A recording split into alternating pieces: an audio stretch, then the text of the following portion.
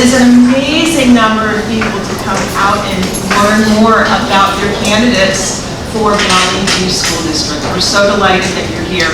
My name is Chris Corba, and I have the privilege of serving as the Executive Director of the League of Women Voters in the Greater Dayton Area. We hope that your attendance tonight will achieve two objectives. One, to increase voter candidate engagement in your community, and second, to increase your knowledge of candidates' positions on issues facing you this election season. Giving voters the information they need to make informed decisions at the polls was why the League was formed in 1920. And actually, your League of Women Voters in Greater Dayton was established in 1920 as well. So we are one of the oldest and one of the largest leagues in Ohio and in the country, frankly. So we are here to serve you all. We commend these candidates for running for office, for participating today, and being willing to tell us how they will improve their community through their public service. As a reminder, the League is a nonpartisan political organization.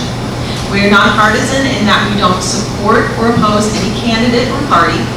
We are political in that we advocate on issues after study and agreement among the members. Most important, we are dedicated to expanding public awareness about governmental issues. The League of Women Voters is not for women either, only for women either. We welcome anyone who is 16 years old and older. In fact, we have membership forms available in the back of the room, along with voter registration cards. I assume that most all of you are registered to vote. Yes, good. And if you're interested in voting absentee, we also have absentee ballot request forms back there.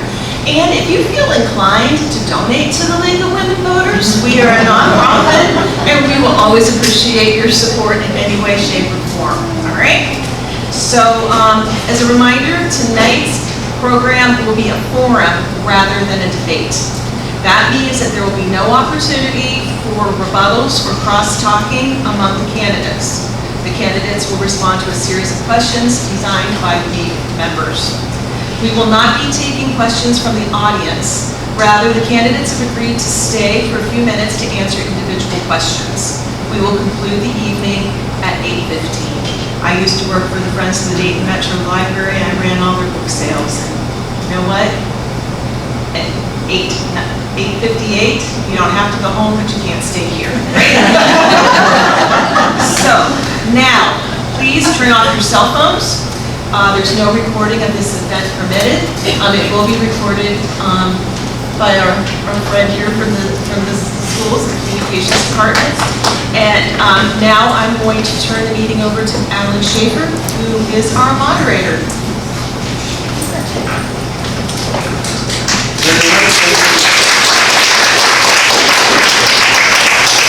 My name is Alan Schaefer. I'm a member of the League of Women Voters. I'm going to go off script here for a second. The League of Women Voters is one heck of an organization. If you're looking for something to do and you want to make a difference, consider the League of Women Voters.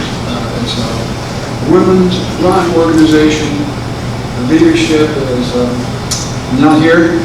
The leadership is outstanding. The membership is involved and engaged. And again, if you want to get involved and make a difference, consider the League of Women Voters. So I'm here today. I'm with the candidates running for the 2 open seats in the Valley View School Board. Those candidates are Lisa Batten, Tyson Dillon, Shavella Griffith, and Spencer Eisville. We're going to start the process by giving the candidates 1 minute each to tell us about themselves and why they want to serve on the Valley View School Board. So since I'm the only one with the mic, we're going to come up here. Okay, so you'll come up here and we'll start that, right? So Alan, why don't you start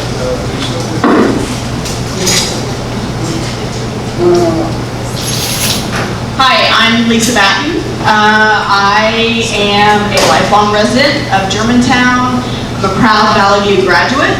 I have a degree from The Ohio State University in elementary education and a master's degree in educational leadership from the University of Dayton. I have taught up at Dixie for 30 plus years. I coached basketball and track at Dixie for 10 years. And then I coached another 10 years track here at Valley View. I took this opportunity since there was an open seat to run this time. I've been asked several times, and I would love to give back to our community and work with everybody in the Valley View school system.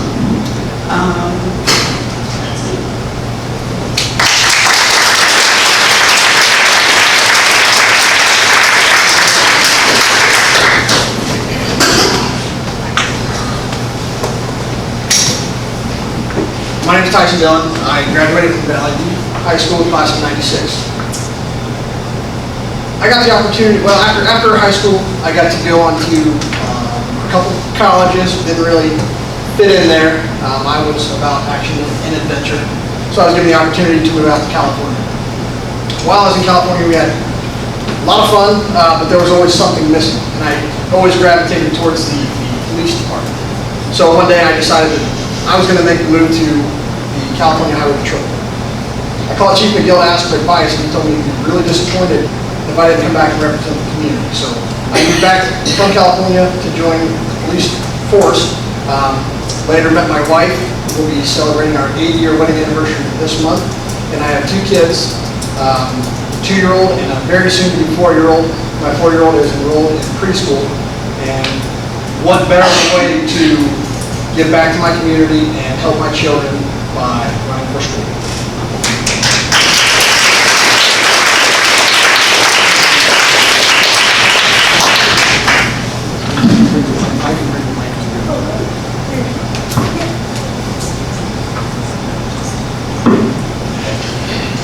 So, first of all, I would say thanks everybody for coming out to get to know us today.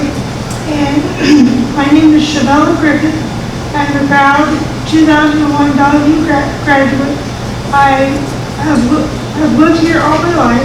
I currently have a daughter who's a freshman and a son that graduated in 2023. So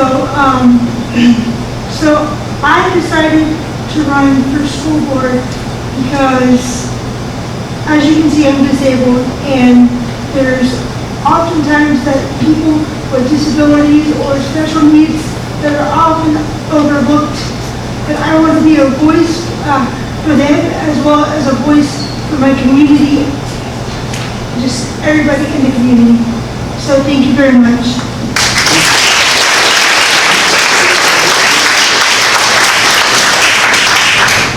Hi there, my name is Spencer Eiser, and I am a 2000 graduate of Valley View. I've lived here my whole life as well, and as I look out into this audience, there are a lot of familiar faces of those that I think helped raise me along the way, or at least told on me if I crossed Market Street when I wasn't supposed to.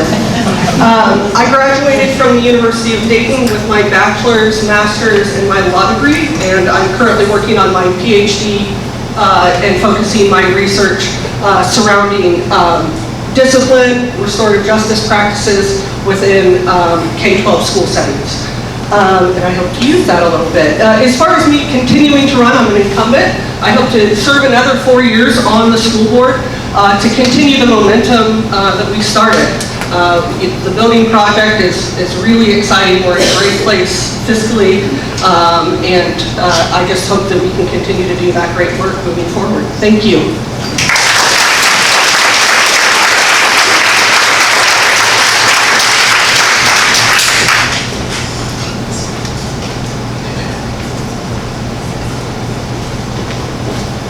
Okay, so now the process is that we're going to go down the line. I'm going to ask the same question to every candidate, and there'll be 3 different questions. The candidates will respond. I'll have time, and time is here. Help them out, I'm sorry. So we're going to start with the question. There'll be a total of 3 questions, 2 minutes each for the answers. And we'll go down the line on asking the questions, and then at the end, each candidate will have a minute to summarize his or her position. So, what we're going to do is begin. Since we started with Lisa on the introductions, this first question is going to start with you, Tyson. Why don't I just bring this over here? And you just do it from where you're standing, where you are. I'll do that, and you're more comfortable doing that, you want to be up here. Okay.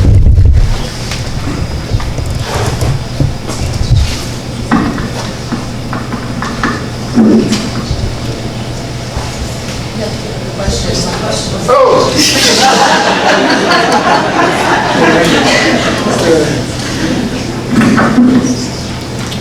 The question is,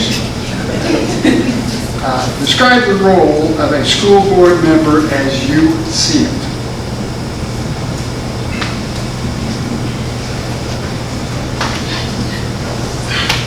So the role of a school board member would be designing and setting policies and communicating with the community as to what they want those policies to be. It's not to micromanage the education or the teachers. The role would be to communicate and collaborate with the community members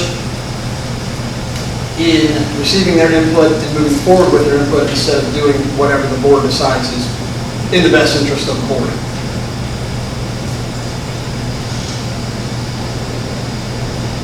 The important thing for the school board would be to create stability within the board. Research has shown that a stable, strong board produces better student results. So to present a clear vision of the intentions of the board allows the students and community to subscribe and invest in the goals.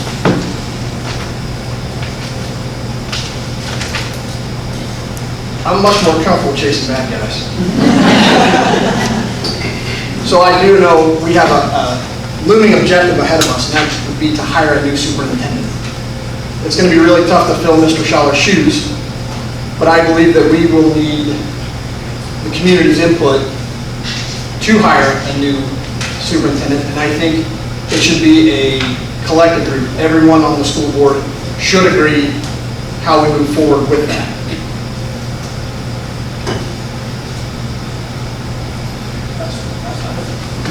Thank you.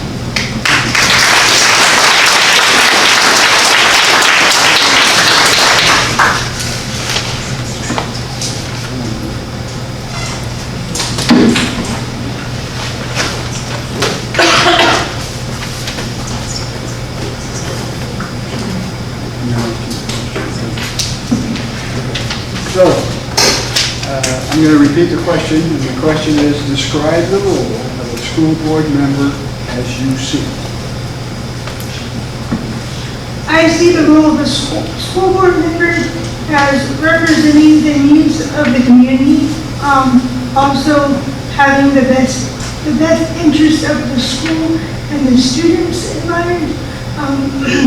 I don't think that personal viewpoints should be a part of the school board. I think we should be focusing on education, and also the superintendent is the biggest part of the school and how it's ran. So to submit that we do need to make sure that we are putting a lot of thought and effort into who we're hiring as the superintendent. And also just make sure that education is really the top priority.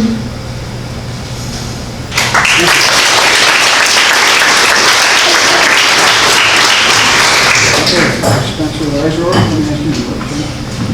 So, again, the question is, describe the role of a school board member as you see it.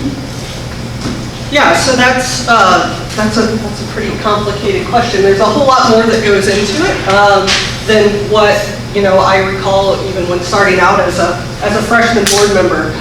People like to say that you're hiring and firing the superintendent and you're setting policy, which absolutely that's what we're doing and that's what we're constantly looking at. But that's just a very small portion of what we're doing as school board members. I think it's extremely important that we continue to keep our children at the top of our list and our focus on every decision that we make and what's in their best interest. But most importantly for me, I think that it's really important that we create an environment where our students and our faculty and staff feel safe coming to school every day. They feel safe in their jobs, they feel supported in their jobs, and that is something that I am committed to as a board member, is to make sure that they have everything that they need in order to succeed.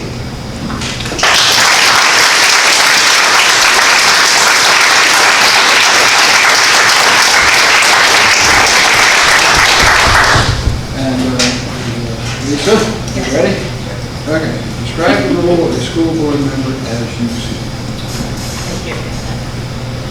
I see a school board member as someone who collaborates with the other members to focus on the decisions we need to make to figure out what is absolutely best for the students and best for the staff. We want a quality education. We want to make sure that we are all working together to make sure the kids are getting that quality education. We have goals that we should set, and those goals would be to, like Spencer said, make sure that everyone feels safe. I want to make sure that all students feel welcome and that they feel like they belong. And I think that's the biggest goal of the school board, is making sure everyone, man, that throws me off when you do that. Sorry. Just making sure everyone feels good when they come in this building. They feel welcome, they feel accepted. Thank you.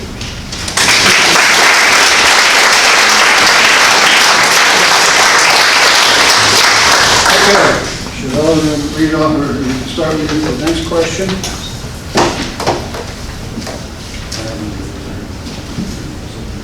So, the question is, it's kind of like a $64,000 question.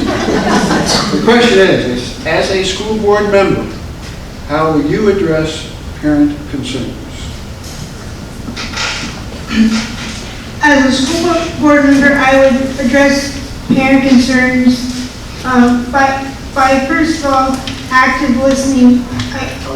I would make sure that that I understood their concerns and that I would take into account everything they're saying. Because a lot of times when people speak, when people are listening, you're listening to respond. So listening to respond isn't always the best avenue. You need to listen to resolve. And I've actually learned that in my current position where I work. So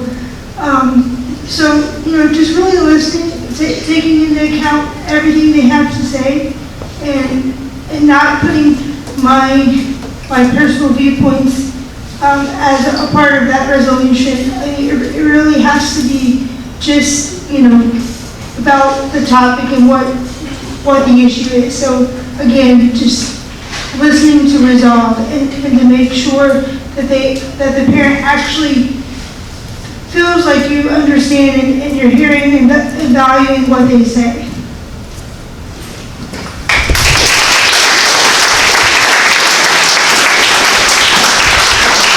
Okay, Ms. Eisler, the question is, as a school board member, how will you address parent concerns? Thank you.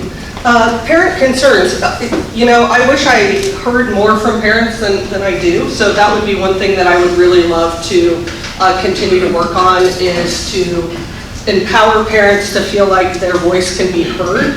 But as far as concerns are taken, board members really, as Shavella mentioned, we need to listen to that concern first and foremost, absolutely. Most of the time I find that when I have talked to a parent that has a concern, that most of the time it may be just about a lack of understanding of a process, not all the time, but sometimes it's just maybe we didn't understand how it is we arrived at a particular decision, or why a teacher may be doing what they're doing. But we need to follow a chain of command, and I would always ask first and foremost, have you talked to X, Y, and Z, whoever you're having an issue with or who you're having a concern with? And make sure that the teacher is involved in that conversation. I don't think it's appropriate for board members to be in teachers' classrooms necessarily, managing their classrooms for them. So I want to empower that parent to go and talk to the teacher first and foremost. Then if that's not resolved, we go to an administrator. If that's not resolved, then we bring it to our superintendent. And hopefully we have placed people in the right positions so that they are able to handle whatever situation comes at them.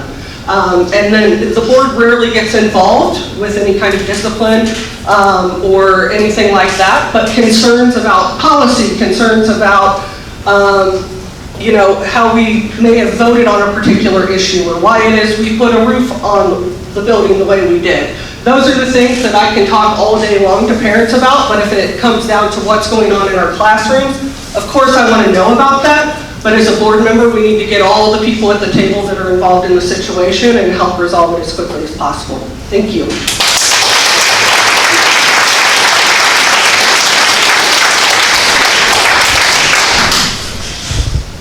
Okay, so the question is, as a school board member, how will you address parent concerns?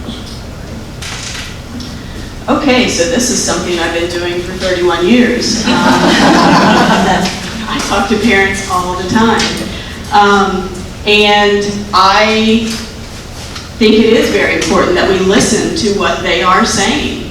And a lot of times they feel that what they're asking about is a dire issue, and so we have to treat it that way. There is a chain of command, like Spencer said. I would much rather a parent come to me as a classroom teacher than to go straight to the school board. And so it is really important that we make sure that that open communication is happening. I would actively encourage parents to reach out to me, community members to reach out to me.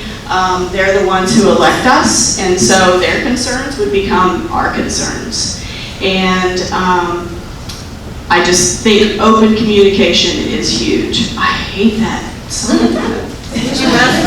Thank you.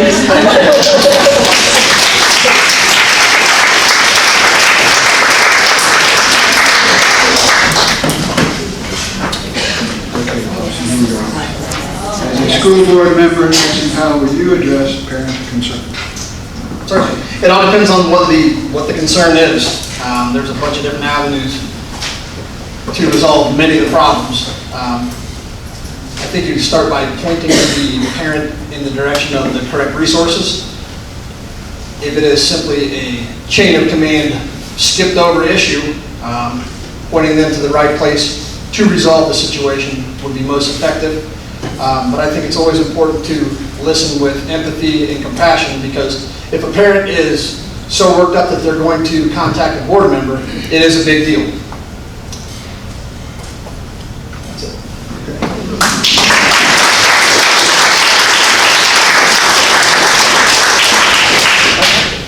Okay, so this is the third and last question we'll be asking. I'm going to start with you, Ms.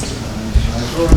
Hold it up to your mouth. I'm sorry. So this is the third and last question, and the question to you, Ms. Izar, is, what do you see as the most important issues facing your school district? Well, first and foremost, if anybody knows how to move an entire school district over Christmas break, please let me know. I'm worried about how those boxes are gonna get moved. Holy cow. So our building project obviously is first and foremost something that we're very much focused on right now. I think that we are in a post-COVID world. We have all been changed by that.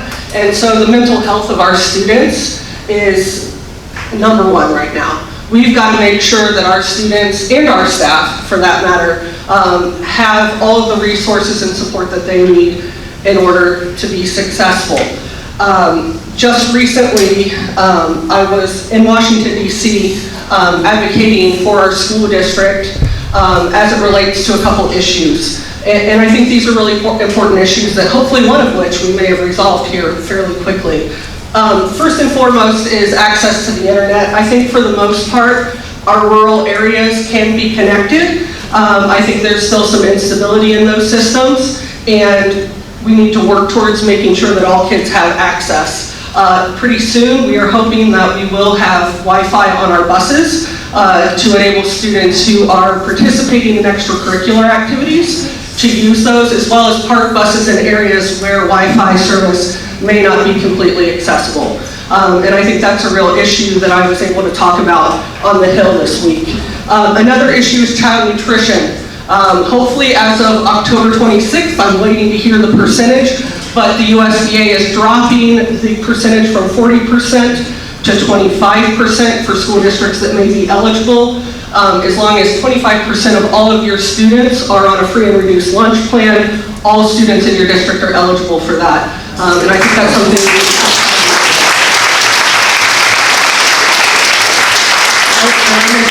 but I would love to talk to you a little bit more about that after we're done. Thank you.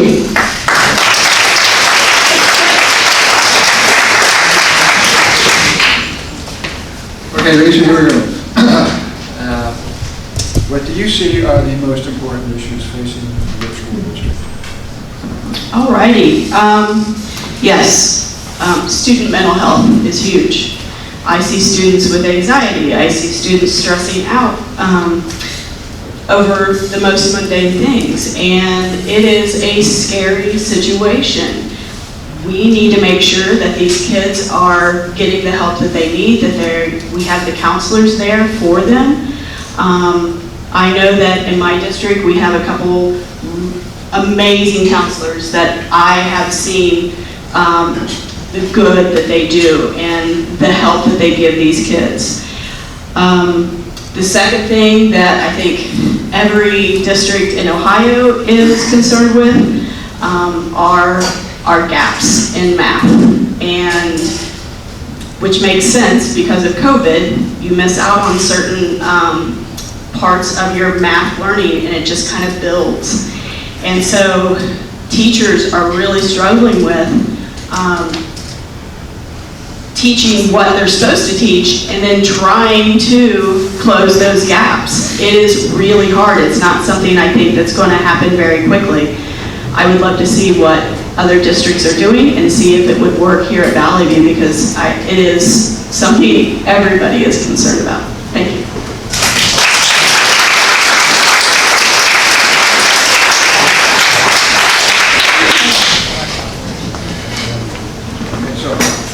Tyson, what do you see as the most important issues facing your school district? So I think this one's in my wheelhouse. This is one of the reasons, the very first reason that I became interested in the school board.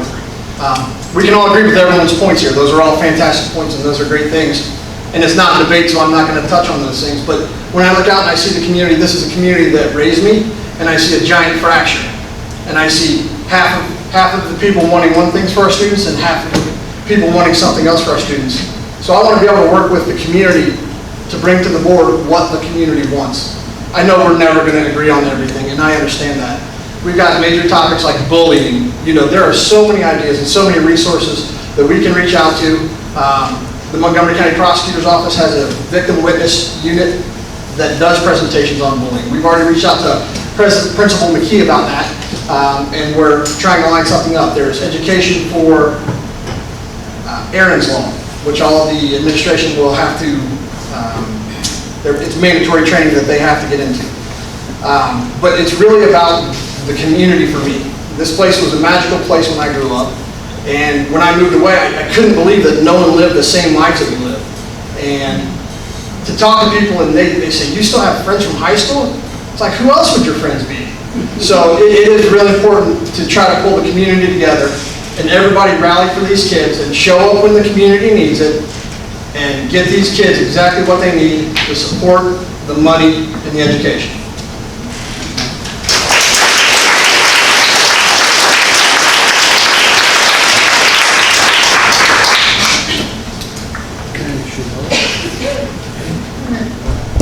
What do you see as the most important issues facing your school?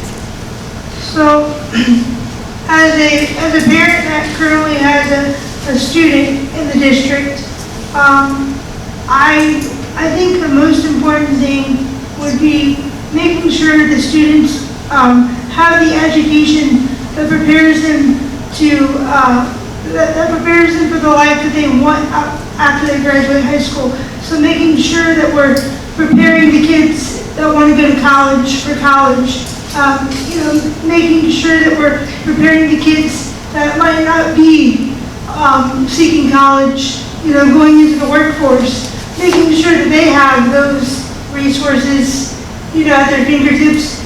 As being a disabled student in the district when I was younger, I will say that I was labeled as, like in a box. So I really think that the community and the district needs to look at, everybody's learning styles, not put every single person in a box. People learn different, and I was labeled with a learning disability because I had a physical disability. Well, come to find out, after I graduated and went to college, I didn't have a learning disability. It was just testing anxiety. So we need to stop putting labels on students and just be their voice and make sure everybody gets a fair education and what they deserve.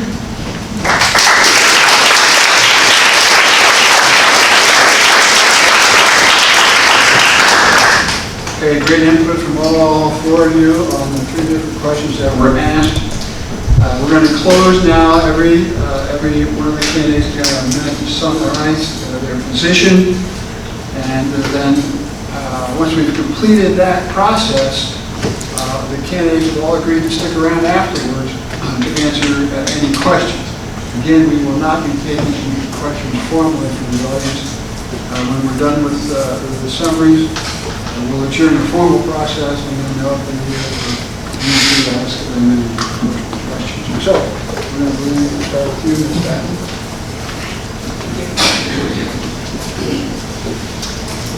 All right, so we all grew up in this town, in this district. I literally grew up in this high school. My dad was the first principal of this high school, and I have such fond memories just walking through the halls. It has changed quite a bit. He would be amazed by all of this. My 31 years of teaching, I think, give me a lot of experience with what I need to do with the board. I think I work well. I'm on several district leadership teams. She's being very kind to me, but I work on several district leadership teams, and I feel like I work very well with the people throughout my district. I thank you all for coming, and I thank the League of Women Voters for hosting this.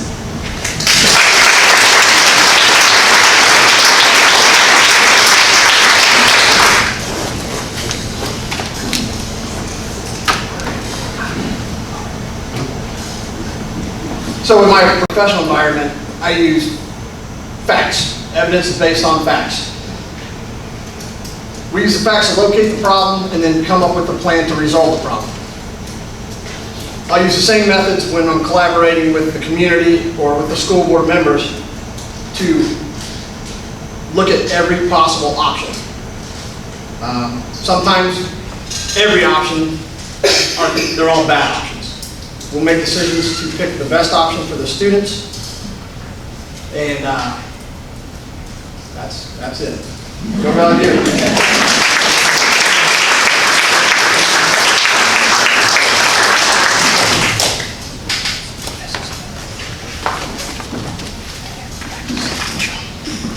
So again, thank you everybody for coming out to meet us all. I just hope that through these questions that you've got a sense of who we all are, and you know when you're making the decision on voting day, that you'll vote with your heart and a sound mind. Just always keep the community in keep the community views in mind. Obviously, keep the kids and the school in mind as well. So I just want to thank you for the opportunity, and I hope you all have a good night.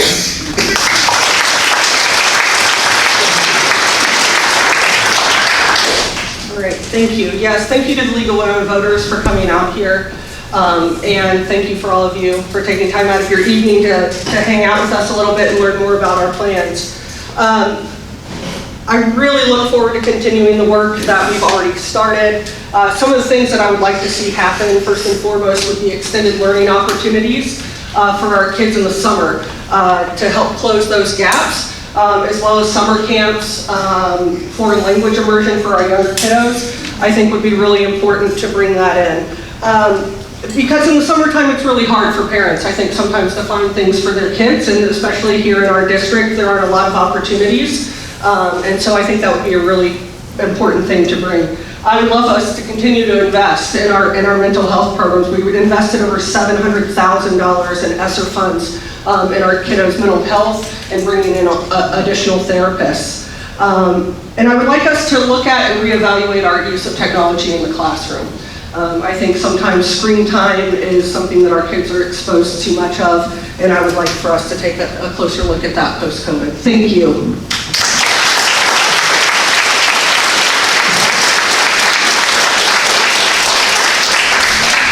So this has been a great night of presentations. All four candidates have expressed themselves very well. I'm really quite impressed with the overall quality and expertise of the decisions that you all have to make. With that, we're going to adjourn, and we need one more big round of applause for our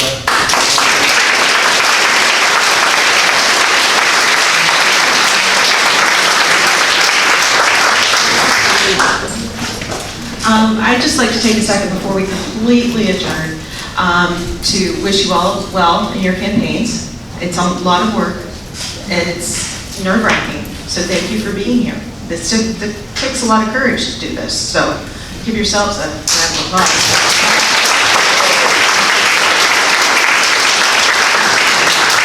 I want to remind everyone that the League of Women Voters encourages you to run an issues-oriented campaign. Our goal is to educate the voting public and strengthen our elective political process. The Voter's Guide is coming out next week. Yay! It's been a long one. It's a 36-pager, people, so yeah, it's all 294 candidates this year. Yeah. Running after you all has been difficult, I'm not gonna lie. It's been a lot. It'll be coming out in the Dayton Daily News, AIM Media, suburban newspapers, area libraries, schools, and businesses. Early voting begins October 11th, so get out there and vote as soon as you can by going to your Board of Elections office. However you decide to vote, your opinion matters, and the only way that your opinion is heard is by voting. Now, we're going to stay here until about 8:15, as I said, and I think probably the easiest way to do this, there's a lot more people here than I anticipated, I'm not going to lie. This is kind of fun, but a little overwhelming too. So what I'm thinking is maybe, Ms. Iser, you can stand over here. Do you want to sit where you are? That's cool with you? Yeah. Over here. Ms. Batten, maybe you can go over to this table over here, and then Mr. Dillon, if you could stand over here, just so there's a little space so people don't get jammed up, okay? All right. Well, thank you so much, everybody. Be safe going home.